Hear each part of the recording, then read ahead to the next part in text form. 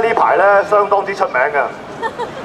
咁樣咧，但係咧，即係譬如頭先你哋喺論壇度聽咁耐咧，好多都係關於政治檢控啊，即係關於我嗰部分啊，關於黃洋達嗰部分，全部都係關於政治檢控啊，關於衝擊替補機制啊，關於因為捍衛公義，因為捍衛我哋嘅選舉權以及被選權，而令到我接受到一個咁樣嘅政治檢控，一個咁樣嘅政治打壓。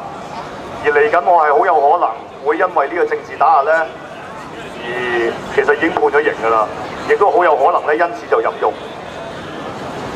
咁呢件事咧理論上就應該好大件事嘅。理論上喺香港出現咁樣嘅情況，一個人揸住支咪講幾句嘢鬧下人，跟住就俾人判監3個禮拜，應該係一件相當轟動嘅事。你哋覺得轟唔轟動啊？咁但係咧，黃洋達咧最近咧之所以出名咧，最主要都係因為剩女愛作戰嘅，係啦，即係最近咧大部分人會接觸到黃洋達呢個名咧，就係因為咧有一個叫黃洋達嘅人，就咧大聲咁鬧呢個剩女愛作戰嗰個人生教練嚇，鬧佢八婆嚇，鬧佢頂你個肺嚇，不知所謂呢啲人，呢啲節目不知做乜嘢。呢件事係點樣咧？同埋首先要解釋俾大家聽就係，如果你從來未聽過我鬧人，如果你係因為我鬧呢個人生教練，跟住先至識我嘅話，我想同你講，我鬧 Winnie 嗰啲簡直係濕碎啦！你都未聽過我鬧劉慧卿係咪？嗰啲算得係乜嘢咧？咁但係我哋幾時會鬧人咧？我哋喜唔喜歡鬧人咧？即係當然，我本身係一個文化人，我亦都係相當之有教養嘅文化人嚟嘅。雖然係會講粗口，但係都係有教養嘅。咁所以我其實一般嚟講就唔喜歡鬧人。但係喺好多情況之下，我哋唔鬧唔得。譬如喺香港嘅政治環境，喺香港嗰個社會環境、生活環境、香港公民社會嘅狀況，有一啲嘢你必須要不平則鳴，你必須要捍衛公義而發聲。9月1號喺科學館，我亦都係抱住呢個咁樣嘅諗法，不平則鳴，認為唔公道嘅嘢，認為要有多啲人知道嘅嘢，我哋就要大聲鬧出嚟。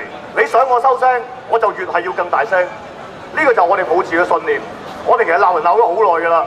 咁但係咧，小弟鬧人最出名嗰次咧，竟然都係關於剩女愛作戰。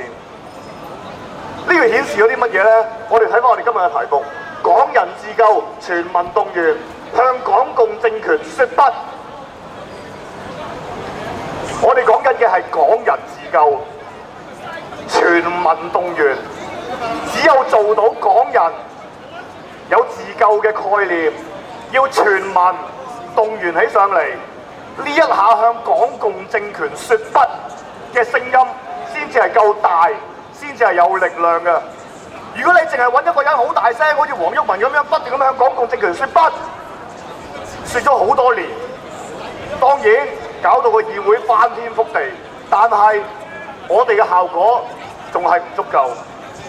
又記得當年臨近97回歸。當好多人討論香港前途問題，討論到底中英聯合聲明帶到俾我哋嘅保障係乜嘢？到底所謂嘅一國兩制係乜嘢一回事？到底係咪真係可以有50年不變？我哋回歸咗夠咗50年啦咩？我哋香港所有嘢都變晒啦。你有冇留意香港所有嘢都變晒啦？我哋記唔記得喺97回歸嘅時候？當年好流行有一句説話，後來甚至乎俾黃子華帶咗去 talk show 入邊，將佢發揚光大。嗰句説話叫做溫水煮蛙。溫水煮蛙嘅意思就好簡單，你要點樣去烚熟一隻青蛙，可以活生生咁烚熟佢？你掟佢落喺鍋暖水度，唔好熱嘅，熱水你一掟佢落去，咪即刻彈翻出嚟咯，係咪？所以50年不變，嗰鍋係溫水嚟嘅，慢慢烚下。先至烚熟你仲以為自己浸緊溫泉？大家都聽過呢個古仔啦，係咪？我相信冇乜人未聽過啦。就算你未聽過，我而家講出嚟，你都忽然之間會勾起回憶，係喎，好似有人講過啲咁嘅嘢。喺97回歸之前，已經有人用溫水煮蛙呢個比喻去提醒我哋時刻要謹慎，時刻要警惕，我哋要留意住我哋社會環境嘅變化，我哋要明白港共政權佢核心底裏究竟係啲乜嘢，從而去警惕捍衛住我哋香港嘅公民社會、香港嘅核心價值、法治、民主、自由、人權。但係呢啲嘢，我哋有冇保持到呢個警惕呢？現實嘅世界話俾我哋聽，答案係冇嘅。答案係冇嘅。我哋香港嘅社會，我哋呢個公民社會不斷咁樣受到香港嘅政府、港共嘅政府去打壓、去壓縮。而近日喺3月尾，梁振英一個疑似地下黨員，竟然可以當選成為香港嘅行政長官。香港人嘅反應係為何呢？香港人，當你見到有一個共產黨員可以治理香港嘅時候，香港人嘅反應係為何呢？3月25號，我哋大規模舉行一個飛走小圈子，向共產黨說不，打倒共產黨嘅運動，一個大遊行、大型示威。然之後，跟住我哋有呢個向港共政權說不街頭論壇，持續多個星期。我哋不斷咁鬧，不斷咁嘈，而結果最受香港人關注嘅係乜嘢？城裏外作戰。黃洋達每個禮拜朝頭早1至5都會喺網台度鬧人，朝早朝天下，鬧完劉慧卿，鬧李卓人，跟住然之後鬧何俊仁，鬧埋工聯會，鬧埋民建聯，然之後黃洋達最出名係咩啊？城裏外作戰。我哋有冇留意到我哋嗰鍋溫水已經變咗滾水呢？定係你哋以為呢鍋仲係凍水呢？香港人，我哋需要面對呢個環境，面對呢個社會，面對呢個港共政權，我哋需要有更大嘅警惕。呢個係之前講嘅，而家我哋需要嘅唔係警惕，而係反抗。你以為我哋喺度預示緊俾你聽，港共政權上台之後會對香港帶嚟咩影響咩？我唔係想講往後會帶嚟咩影響啊！我哋嘅言論空間已經不斷咁被收窄。成報啱啱就 cut 咗夫子個專欄。夫子之前喺特首選舉期間寫個篇文，想同大家講梁振英同唐英年都選唔過嘅，結果佢篇文俾成報改晒，變咗成篇文係支持梁振英嘅。咁離譜嘅報紙都有嘅，香港仲有冇言論自由啊？冇咗啦。跟住然之後佢話：我睇錯咗稿，我以為嗰篇係記者寫嘅，咪隨便改咯。仲要仲要做一個頭版嘅報道去解釋件事。結果呢，幾個禮拜唔夠，專欄都 cut 咗你嘅。香港嘅言論自由空間已經窄得好緊要啦！你話唔係啊？香港人仲可以中意鬧就鬧啊！我喺網上嘅世界係咁鬧㗎。唐英年嗰陣地下僭建，咪有好多改圖喺度整蠱佢啊、恥笑佢啊，搞到佢民望好低，搞到佢特首都冇得做，係咪好巴閉啊？今個月4月30號版權條例修訂就將會喺4月30號2讀3讀通過。通過咗之後，知唔知代表咩啊？以後你連改圖都係犯法嘅。以後你喺網上邊連惡搞都犯法嘅，你想改下首歌仔唱衰曾蔭權、唱衰梁振英，你同黃洋達一樣，判你坐監3個禮拜，隨時做得出。香港仲邊有言論自由嘅空間啊？冇㗎啦！頭先毓民好大時間喺度同大家解釋9月1號發生咩事，有啲話乜嘢黃洋達呢條友，即係我啊，你認住我啊，係啊，我鬧人生教練鬧 Winnie 嗰個就係我啊。9月1號。走上台攞住支咪講嘢，講啲乜嘢啊？就係反對呢個替補機制，捍衛我哋嘅最基本嘅參選權以及選舉權。呢件事當其時引起咗一啲迴響，9月嘅時候引起咗一啲迴響。點解會有迴響嘅？因為有 whistle 啊嘛，你明唔明啊？有個戴面具嘅人喎，大佬係咪啊？幾咁戲劇性啊！有啲戲劇元素，大家討論一下。好啦，到我哋受審嘅時候，記者已經唔理啦，係咪？到我哋判監3個禮拜，哇！有冇搞錯咁離譜？講下嘢啫喎，5個被告有2個仲有學生嚟到離晒譜，全城震怒，大家都震怒啦，憤怒啦，係咪啊？憤怒咗2日，冇件事。大家仲知唔知道替補機制呢件事繼續存在緊啊？你哋而家知唔知發展到咩階段啊？5月2號就通過啦，5月2號就攞去立法會3讀啦。呢啲係一路進行緊，一路都發生緊。我哋嘅選舉權俾人剝奪咗，參選權俾人剝奪咗，言論自由俾人剝奪咗。結果大家都唔為意咁樣，冇一件事。點解啊？主流傳媒唔報導，冇其他人關心關注，仲要係要刻意對一啲反對勢力、激進勢力進行滅聲。我哋做嘅嘢好似唔存在一樣。喺咩情況之下你會見到黃洋達個名一喺報紙上邊剩女外作戰咯？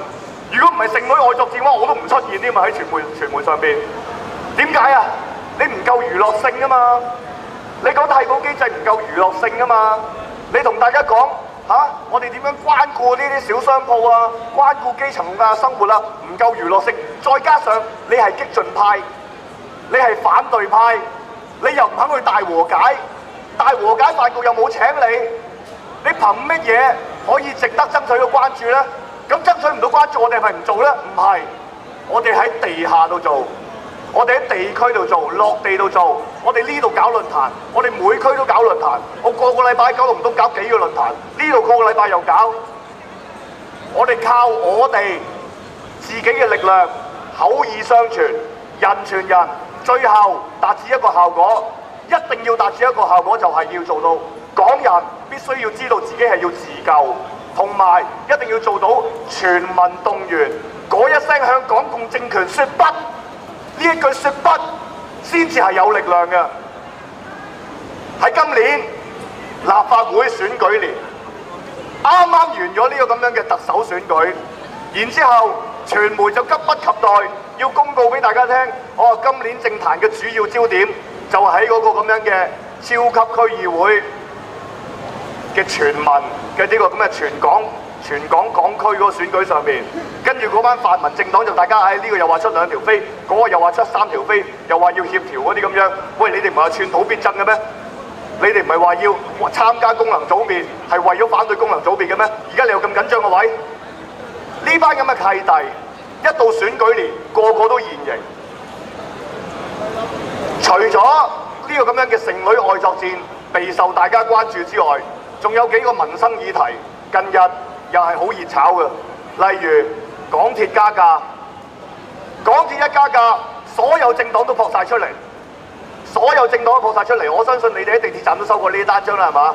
工聯會又派，民建聯又派，然之後民主黨又派，個個都喺度話：喂，我哋要反對呢個港鐵加價，要政府介入呢個咁樣嘅檢討呢個可加可減嘅機制。可加可減機制你知唔知點樣嚟㗎？可加可減機制咪就係07年佢哋通過呢個兩鐵合併，跟住連隨就過埋呢個可加可減機制，從此佢哋加價就唔使拎上立法會過。民建聯、工聯會全部投贊成票，民主黨去晒邊度啊？嗰日唔係缺席就係棄權。呢啲係乜嘢反對派啊？你最大嘅作用就係缺席或者棄權，呢個都唔離譜。頭先阿毓民講過啦，領匯最近搞咗一個叫做尋你老味咁嘅活動，跟住然之後網上大量嘅惡搞啦，包括小弟在內。呢單嘢小弟都上報紙。呢個咁樣嘅領匯搞咗一個叫做我們的尋味時光，呢個活動真係好好笑。領匯用佢哋嘅名義就去收集一啲所謂嘅老字號嘅資訊。佢哋嗰個活動叫做尋找老字號，細味幾代情。你老味啊！你嗰啲幾代情老字號，咪全部俾你加租㗎，又要佢裝修啊，又要佢改鋪位啊嗰啲，咪搞到你執晒笠咯。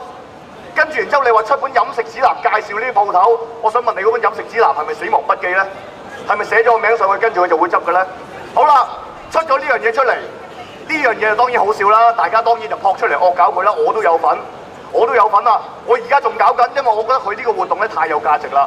我哋應該去尋找翻一啲有風味嘅、有歷史價值嘅鋪頭出嚟，去呼籲多啲人去幫襯呢啲鋪頭，等佢有多啲生意。我哋搞個活動叫尋味九龍東，我哋就喺九龍東嘅地區入邊去揾唔同嘅呢啲咁嘅細鋪頭，有歷史嘅鋪頭、滋味嘅小店，佢哋係唔係連鎖店嘅？佢哋本身有佢哋歷史價值、有地區價值嘅，我哋幫佢做免費嘅宣傳。我遲啲都會出本飲食指南㗎，周圍喺度派㗎，就希望呼籲大家更多人去幫襯佢哋，等佢哋多啲生意，對抗大財團。搞呢件事係咪一個價值先？呢件事係咪好有意思先？係咪真係可以幫到啲商鋪先？喂，我哋真係做一啲嘢去幫助啲商鋪，希望保留翻個社區經濟，保留翻個社區風味。但係呢件事領匯搞就搞笑啊嘛！呢呢件事領匯去搞，就徹底係諷刺嚟噶嘛，大佬！你自己趕住佢，跟住然之後你去搞個活動，去保留佢哋嘅風味。我搞喎唔同喎，大佬，我搞喎唔同喎，因為我真係幫襯佢哋，我食佢哋大噶嘛，係咪先？你呢班友喺呢個時候撲出嚟抽水，你有咩資格啊？喂，我搞唔同啊嘛，係咪先？我搞唔同啊嘛，我一搞完嗰個活動，跟住領匯嗰個活動就收咗皮啦。跟住記者打電話嚟訪問我，咁我照講啦，照講完一樣嘢。跟住第二日出咗篇報導，嗰篇報導嬲到我死，你知唔知啊？你知唔知嗰篇報導令我最嬲嘅地方係乜嘢啊？佢將個黃洋達同黃成智擺埋一齊，你食得屎啊？你將啲契弟擺喺我名隔離，呢啲人支持佢噶嘛？佢個黨支持佢噶嘛？同我哋嘅立場點可以相提並論啊？工聯會最近做咗個調查，花費咗好多人力物力，訪問咗幾百人咁多，你知唔知佢調查乜嘢啊？佢調查一樣嘢，然之後發出個報告就話，佢發現到一樣嘢，兩大超市合謀定價。哇！你真係神探伽利略喎！你抌咗幾多錢去做呢個調查啊？兩大超市合謀定價，你而家先知？你年年都唔知，淨係選舉嗰年你就知？有冇咁契弟啊？仲喺度扮關顧基層，為勞工爭取福利，乜乜物物嗰啲咁樣。今年一到咗選舉嗰年，就撲晒出嚟啊！所有嘢好似積埋咁樣咧嚇，幾年唔射一次，今年一次佢就射晒出嚟嗰啲乜嘢標準工時啊、最低工資啊嗰啲話咩支持競爭法啊嗰啲咁樣，競爭法又係契弟嚟嘅，話俾你聽。不斷咁樣去推行一個咁樣嘅競爭法。競爭法嘅意思就係話，我哋要一條法例，要去打擊，要去禁止嗰啲大財團壟斷，利用佢哋嘅競爭優勢去壓迫其他嘅小商戶。而家嗰條條例改下，呢樣又話唔好影響到中小企啦，嗰樣又話豁免佢啦，嗰啲咩完全係冇牙老虎，搞到佢冇晒嘢，冇晒威力。跟住工聯會走出嚟，我哋一定會支持呢個競爭法，為咗個公平嘅競爭環境。事實上，我哋睇翻我哋過去嘅立法會記錄，我哋睇翻呢啲咁嘅政黨，口聲聲話關顧基層嘅政黨，佢哋喺立法會投過啲乜嘢票？佢哋支持過乜嘢？領匯上市，佢哋支持；兩鐵合併，從而促成可加可減機制，佢哋支持。凡係不利於民生嘅嘢，佢哋喺個會入邊都支持。出翻個會之後拉條 banner， 早2日啫嘛，就拉條 banner， 成班工聯會嘅人拉條 banner， 就話關注呢個咁樣嘅大財團壟斷嘅問題，兩大超市聯手定價問題，唔使你去調查啦，兩大超市聯手定價，有冇咁廢柴啫？係咪一班廢柴啊？係咪一班廢柴啊？你話俾我聽，佢哋咩一班廢柴？但我話俾你聽，佢哋最高票，你吹啊！最多票就係佢哋，人人都識講民建聯最無恥，工聯會都不相上下。話俾你聽，呢班咁嘅人，明明就係共產黨嘅外圍組織。好啦，而家梁振英上埋台啦，即刻搞個大和解飯局，係咪？意氣風發，港共政權當道，人人都知嘅真相，但係結果係點啊？佢哋最高票，發生乜嘢事咧？發生乜嘢事咧？講翻民主派嘅陣營，今日唔知支聯會定邊 Q 個搞咗一個，好似係咩懷念6·4 23週年23公里長跑係嘛？香港嘅民主運動搞到今時今日越嚟越消散，支持嘅人越嚟越少，我哋對呢啲咁嘅活動越嚟越麻木。點解咧？點解會咁樣咧？版權條例修訂快將通過，你哋唔關心，又或者好少人關心。替補機制，話講到坐監3個禮拜咁大件事啦，攞支咪講下嘢都乜嘢啦咁樣，然之後佢又就嚟過啦，又冇一件事，唔報導，唔關注。我哋嘅公共，我哋嘅社會環境已經一步一步咁樣俾呢個咁樣嘅暴政所侵削，我哋嘅言論空間越嚟越細。但係得到嘅關注度好低，你幾時會見過黃洋達個名出現啊？剩女愛作戰，你吹唔吹脹啊？直至今日都係每次有記者打電話俾我，我就知道又係問我剩女嘅問題啦。咩事咧而家？我係咪剩女專家咧？點解我哋會咁樣？點解我哋寧願關注剩女外作戰，我哋都唔關注一啲好切身，關於我哋生活、關於我哋社會、關於我哋民主運動嘅所有消息咧？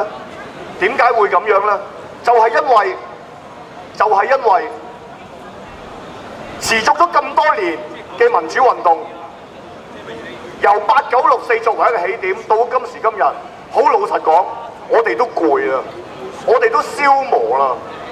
我哋見到一次又一次嘅大遊行，一次又一次嘅大型集會，一次又一次嘅投票、捐款，我哋揾咗唔同嘅人出嚟做代表，出嚟代大家發聲。結果往往喺關鍵嘅時刻，原本要去中聯辦示威嘅人走咗入去傾偈，原本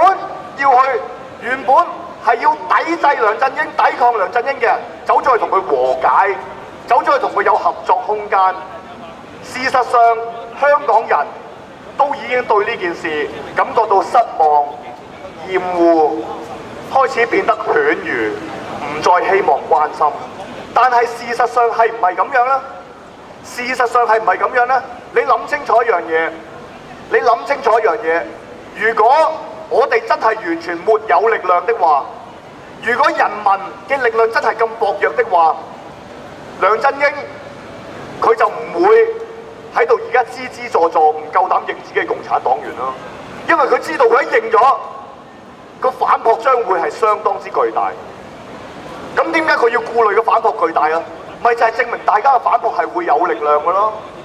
再舉一個例子，關於港共政權一步一步咁影響住我哋香港，影響住我哋香港嘅社會。除咗體現喺我頭先講嗰啲咁樣嘅替補機制啊、版權條例修訂啊，再體現另一樣嘢就係舉例，其中嘅例子就係 NSB 喺早前將佢嘅餐牌換晒做簡體字，引來咗極大嘅迴響。除咗剩女愛作戰之外，近日另一個比較熱傳嘅課題就係中港文化之爭，簡體字與繁體字之爭。但係如果你要我講嘅嗰個係正體字與殘體字之爭。NSB 一出咗嗰個咁樣嘅殘體字廣告牌，惹起咗好大嘅迴響。然之後我哋都未出手啫，我哋都未行動啊，佢就已經收翻啦。呢一個亦都係喺文化角度，喺公共空間環境入邊一步一步去侵削我哋嘅核心價值。尤其是要值得留意嘅就係梁振英喺候選期間，佢曾經講過，佢話佢會開設一個文化局。文化局係代表乜嘢啊？文化局會唔會係一個喺文化喺我哋嘅電視、電影、雜誌、書刊各方面去制定政策，從而去幫香港人逐步洗腦嘅一個機關呢？呢方面我係最關注嘅，因為我本身作為一個流行文化人，喺呢一個角度喺呢個層面上面，我係會同佢搏到死嘅。我係絕對唔會輕鬆咁樣俾佢嘅文化局有任何殘害香港人民精神嘅政策出現。呢個可以講明俾大家聽，文化政策係我主打嘅強項，我係絕對唔會俾佢搞一個中共文化局出嚟摧殘我哋香港人。但係就算未有文化局落實，其實呢啲文化殘害嘢已經一步一步喺度發生緊。但係只要我哋關注度夠高，佢係會縮嘅。但係問題就係話，我哋而家戰事實在拉得太長，議題實在太過散亂，我哋好難集中到我哋嘅力量。所以我哋點解要搞呢個運動？港人自救，全民動員向港共政權說不。我哋就係要搞清楚成個運動嘅核心所在。你必須要由最根本嘅地方去否定嗰個政權嘅本質為何，就係一個港共政權。我哋要打倒共產黨，不要黨人治港，呢個先至我哋最核心嘅理念。如果我哋好似嗰啲咁嘅工聯會啊、民建聯、民主黨嗰啲咁樣，有個議題又撲出嚟派下單張抽下水，我哋疲於奔命，而且永遠都凝聚唔到力量。最核心嘅問題就係在於呢個政權嘅本質係我哋要徹底地去否定佢，呢個係運動嘅基本精神所在。所以我哋一定要將所有嘅焦點聚合翻喺上嚟，唔係話佢佢做咗乜嘢，或者呢方面關唔關顧到啊？嗰方面做得好唔好？而係我哋香港人不要共產黨治港，呢個先係最核心嘅問題。喺往後，我哋會不斷咁樣做呢啲咁嘅工作，宣傳。發放更多嘅宣傳嘅物料俾大家去 share 出去。點解呢？我哋要喚醒翻大家，我哋而家要做緊嘅嗰一套，唔係好似民主黨嗰啲一樣，走去中聯辦示威，譴責佢中聯辦干預香港嘅選舉。我哋唔係做緊呢啲廢柴嘢，我哋唔係要3、5個人去拉 banner 影下相上電視上報紙，我哋唔係做呢啲無用嘅嘢。因為你不斷做呢啲無用嘅嘢，係群眾都會對你厭惡，群眾都會心灰意冷。但係事實上話俾我哋聽，群眾嘅力量、人民嘅力量並唔係冇用㗎。我哋03年試過50萬人大遊行，可以令到一個曾蔭權腳同埋可以令到呢個董建華腳痛落台。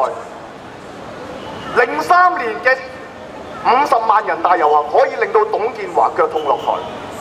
就證明咗一樣嘢，人民係有力量㗎，只不過而家嘅港共政權勾結埋一啲冇骨氣嘅文化人，再連結埋一啲冇氣魄嘅政客，營造咗個氣氛俾大家覺得，唉，搞落去都冇用㗎啦。結果大家咪唔關心咯。結果大家最後咪覺得我睇下城裏外作戰好過啦。我哋唔要呢一種氣氛，我哋唔要呢一種咁嘅有毒嘅信息。所以就算係主流嘅傳媒徹底地封殺我哋嘅聲音，你越係要我收聲，我就越係要再大聲，大聲話俾所有人聽，我哋係做得到㗎，而且係只有你哋，只有我哋香港人一齊做嗰件事，先至可以成功。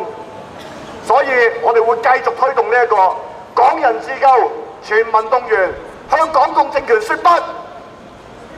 各位要支持呢個運動，我哋需要更多嘅力量。除咗你哋要參與之外，亦都提醒大家，因為譬如我喺地區就成日遇到呢個情況啦，就係哇，我支持你，喂，我會投票俾你啊咁樣。你登記做選民未啊？未喎。未登記做選民，你點投票呢？呢件事真係搞笑。但你唔好以為我講笑，真係好多人唔知嘅。咁所以咧，一陣間咧幫手，麻煩有嘅，如果未登記又或者改地址嘅，攞份選民登記表，係嘛？除此之外，我哋唔係淨係關注於選舉，我哋好多地方上面做緊嘢，譬如搞領會咁樣，尋呢個咁嘅尋找滋味時光，邊個搞得比我更加積極啊？我唔係拉條 banner 咗嚟出嚟抗議下啊嘛！我真係做翻一本民間嘅小冊子去幫助翻啲小商鋪啊嘛，大佬！你估好似工聯會嗰啲咁樣啊？出嚟啊嗌一套，入去投票又做另一套，嗰啲正契弟嚟嘅。所以往後好多嘢都希望大家支持。頭先毓民講過啦，嗰度有啲選民登記表，仲有咧嗰度有啲意見箱，你見到嗰啲好多意見喺度啦，係嘛？有啲意見係紅色嘅，有啲意見係綠色嘅咁樣嚇，咁啊暫時未見到金色嘅，咁啊紅色嘅意見好歡迎啦，綠色嘅意見我哋都歡迎嘅咁樣。好，咁我哋今日就大概咁樣啦。毓民，